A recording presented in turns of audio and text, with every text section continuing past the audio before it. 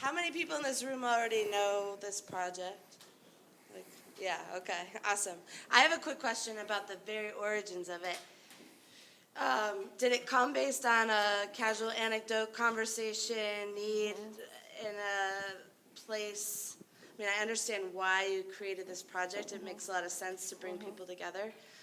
But did the need come from the community? Why didn't people have signs of their own? Right, okay, for cosign. I think that for the foundation, the Hale Foundation was really looking for a way to, the foundation was really encouraged and inspired by the mission of the American Sign Museum and really looking for a way to not just elevate the museum and their presence in their community, but that was a big piece of it. And so that's sort of why signs, frankly. But I think the other thing, and I might have passed over this, is that we had sort of, Eric and I had kind of worked together to develop essentially an internal innovation process for the foundation. So that was this way of identifying opportunities in the community, finding sort of a team of people who could help make them happen, and then bringing projects to life. And I think that's the sort of, and cosign was the first sort of prototype idea for that process. And I think that's where the Hale Foundation has always been a bit different in that, you know, not necessarily waiting for sort of necessarily a community partner to kind of come and say, we want to do this, can you fund us? But from the foundation saying, we see what's happening here, we'd like to do something here, let's build a project.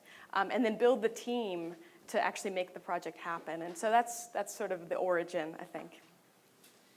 I want to ask a follow-up question, I guess to kind of both of you. I looked around in Detroit a few years ago and I was like, wow, so many people are working in this kind of project-based model, right? I had to explain to my parents many years ago, like I was never going to have a traditional job. They would never quite understand what I was doing because every year or two I might launch a new thing and it might transition to something else. So I love that life. I know Phil does that life. I know a lot of people in this room probably do that life. There's a lot of freedom in it. There's also a lot of fragility in it, and it means that there's a cohort of people who are maybe creative, who are freelancing, who might go from grant to grant or opportunity to opportunity, calls for artists, calls for creative ideas. Can you speak to that a little bit and how maybe the pros and cons of this cohort of people who are engaging on a project by project basis? You want to take?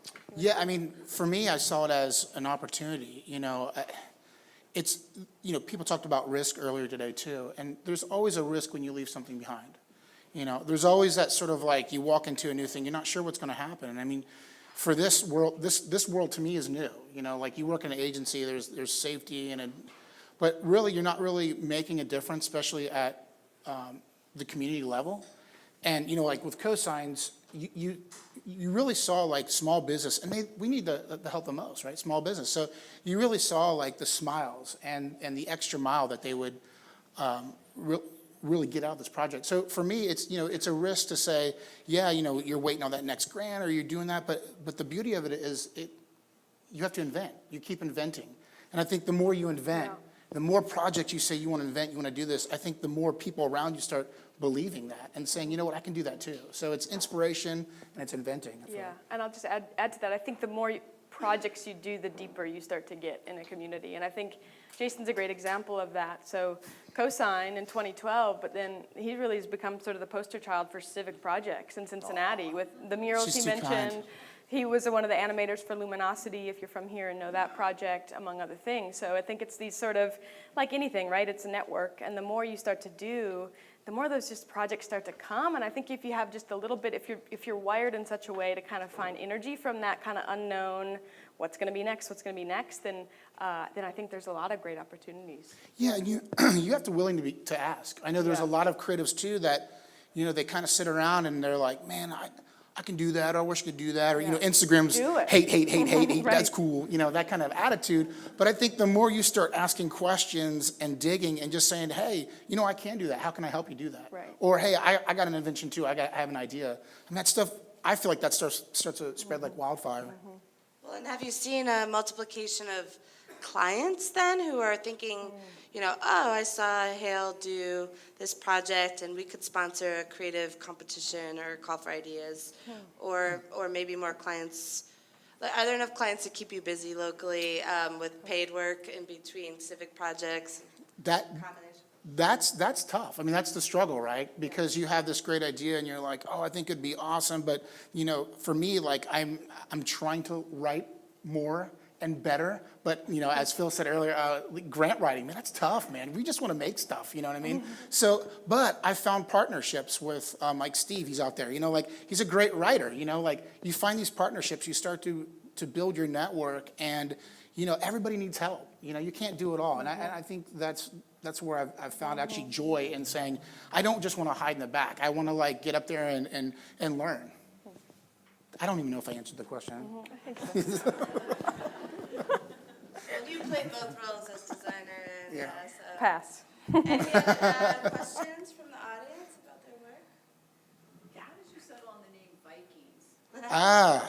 So when I got out of college and I wanted to go to the coast, whatever, east or west, and be an animator. I was a motionographer, and I just wanted to, do animation. And what I realized was all these cool companies like in New York and LA had weird names like Stink Digital and Team Awesome. And I'm like, looking at my own heritage, I'm like, Vikings, like, yeah, that's cool, but it's kind of like, kind of derogatory a little bit. And I started doing research and found Vikings actually invented the term branding when they would put their crest on their family crest on boats and things like that. And I started thinking about, well, everything is designed, from who we vote for to the cup of coffee we drink. And we're all designers, we're all becoming Vikings. So we have become Vikings. That's interesting.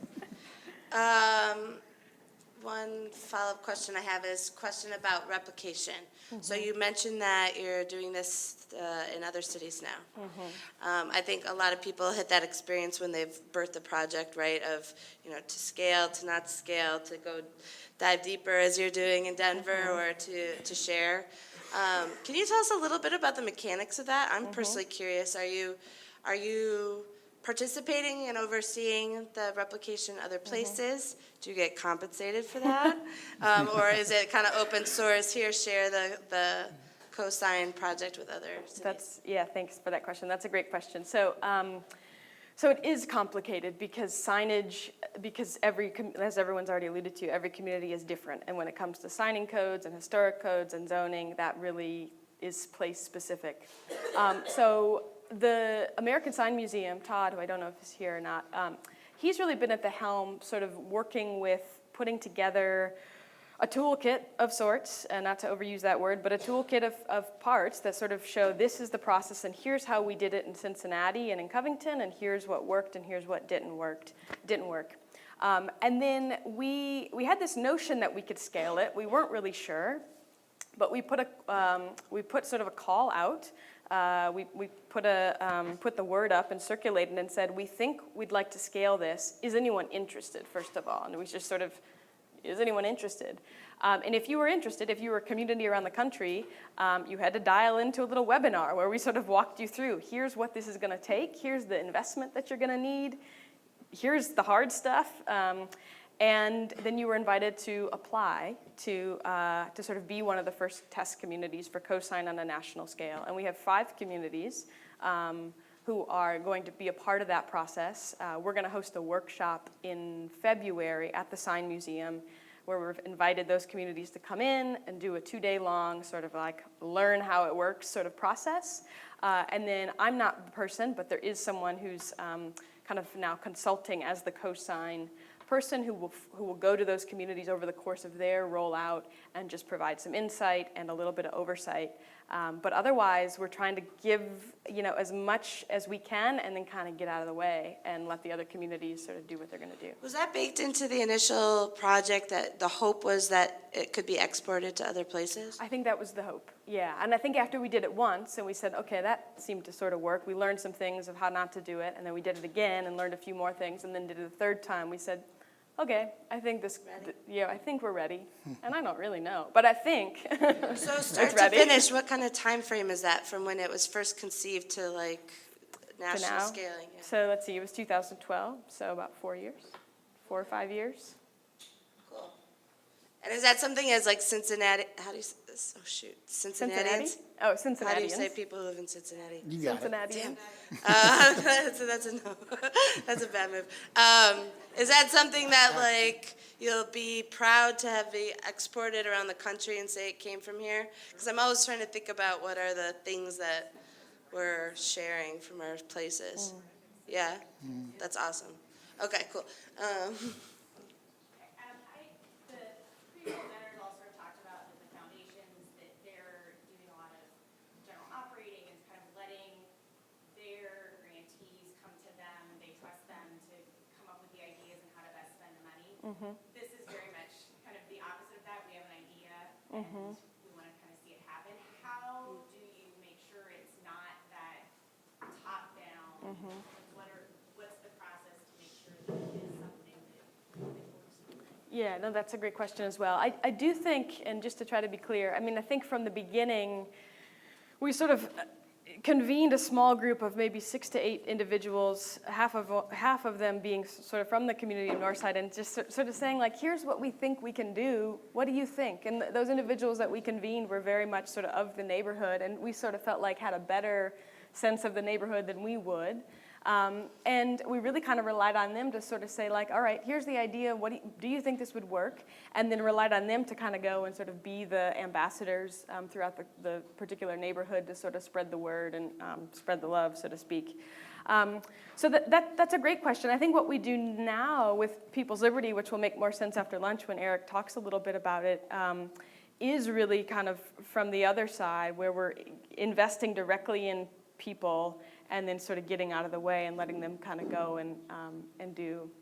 I don't know if that answers your question, but I mean, I think being a family foundation and being a place-based foundation, I think it's really important in our work that we are sort of boots to the ground and ear to the floor, understanding the needs of this community, and I think that's something that Eric does well. I think that's something the other program officers do well, and I think we have to do that because all of our investment stays here. We need to be very dialed in, and so I think that in launching the project, I think we felt like we were dialed into the needs of the community and could develop an interesting response. Awesome. Do we have time to bring everybody back up, Patrice, or do we need to stop now? Oh, do you have a question, Brian Boyle? I thought you were giving me the time signal, like wrap up. He's got a question, Brian Boyle. Megan, I'm curious, you kind of made a transition from talent and innovator in this side to the foundation side of things. Yes. I'd love to get your observations on that shift and how you kind of see and perceive kind of the power of movement and investing in people. Yeah, thanks for that question. I think it's been really interesting for me to sort of make that shift. And I think in a lot of ways, I get really jealous of our grantees because they're like out there doing stuff. And I'm sort of, no, but in all seriousness, I think having sort of been on the other side, I feel like I have a really sort of good sense of what it takes to make a project happen. And when you're an individual in a community and you don't have a lot of resources, but maybe you have a lot of connections, I think I'm in tune with sort of, what the needs of that person is, and can sort of, I think, empathize a little bit with that. In terms of the shift, or what was the second part of your question?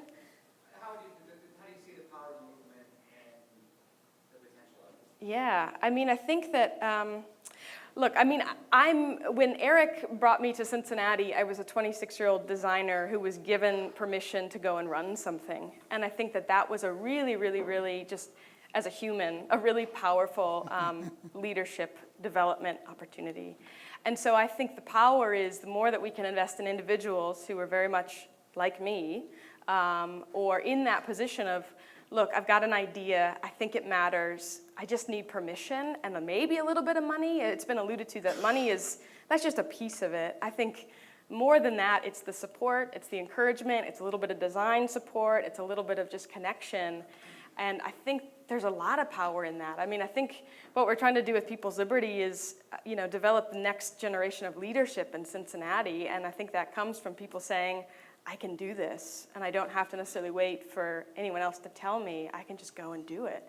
So we're just trying to empower doers, and I think that's my experience. So, Well, to add to that too, I Period.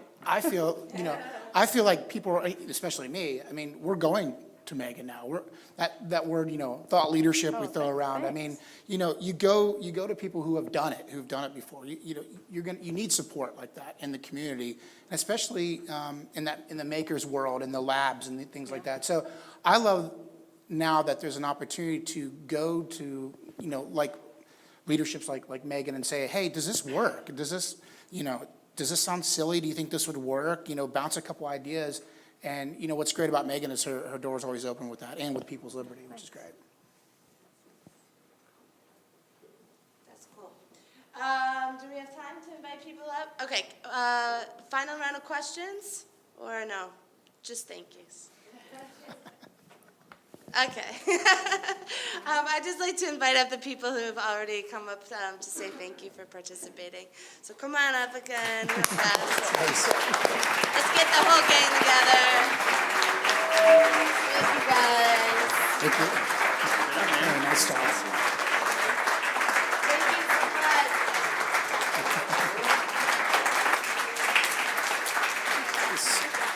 That's it.